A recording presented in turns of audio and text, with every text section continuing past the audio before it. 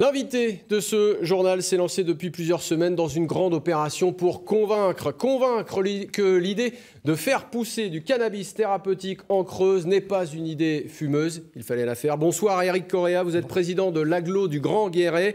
Avant de vous interroger, on va écouter Agnès Buzyn, c'est la ministre de la Santé. Elle était interrogée sur France Inter il y a une douzaine de jours.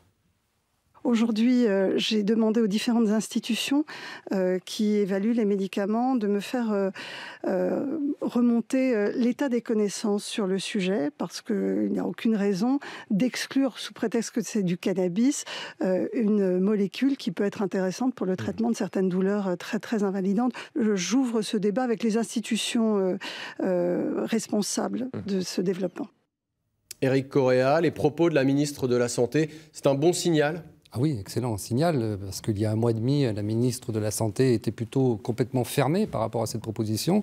Et l'annonce faite la semaine dernière sur France Inter est effectivement un très beau signal qui encourage effectivement à continuer à croire. Emmanuel Macron avait lancé un défi aux élus pour redynamiser le territoire. Clairement, vous innovez, vous jetez un pavé dans la mare, à l'échelon national quasiment.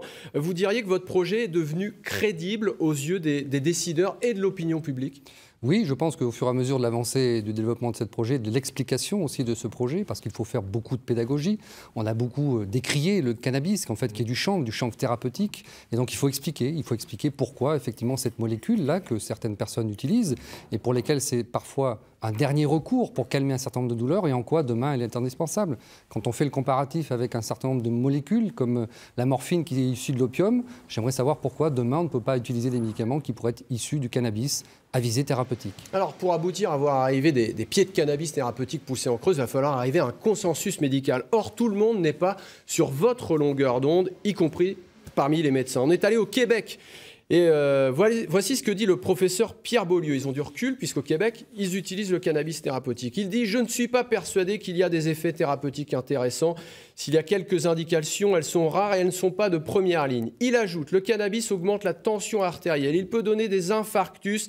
Ça a des effets sur la fonction cardiaque qui ne sont pas bons. » Et il déplore que là-bas se soit ouvert un gros business, mais que finalement, les intérêts en matière de santé ne soient pas prouvés. Je rappelle que le Québec va vers une légalisation complète. Moi, je parle uniquement du cannabis à visée thérapeutique. Enfin, citez-moi une molécule qui peut être active, qui n'a pas d'effet secondaire. Toutes, et des fois très dangereuses pour le corps humain. Donc là, il s'agit vraiment de lancer, d'ouvrir ce débat-là et cette culture-là et de l'utiliser. Effectivement, on manque dans la bibliographie internationale d'un certain nombre d'études qui nous prouvent qu'il y a un effet positif. Mais ces propos sont aussi paradoxaux parce qu'il dit qu'il manque de recul, qu'il n'y a pas assez d'études, et en même temps, il décrit aussi des critères négatifs. Donc de toute façon, ça ne fera jamais l'unanimité. C'est le cas dans n'importe quel médicament ou thérapie au monde médical. En tous les cas, aujourd'hui, nous avons des témoignages de patients, des utilisations. Allez voir un médecin en Suisse qui vous dira peut-être l'inverse. Il faut écouter tout le monde. Agnès Buzyn, la ministre de la Santé, ouvre une réflexion. Est-ce que vous vous êtes fixé une échéance, un calendrier ? Écoutez, moi, j'ai fait cette proposition à Macron, au président Macron, d'abord, je ne demande pas de sous, je demande juste l'autorisation de pouvoir produire, mais créer toute une filière, c'est-à-dire transformer sur place et expérimenter, tout ça encadré avec des médecins, des experts, des scientifiques.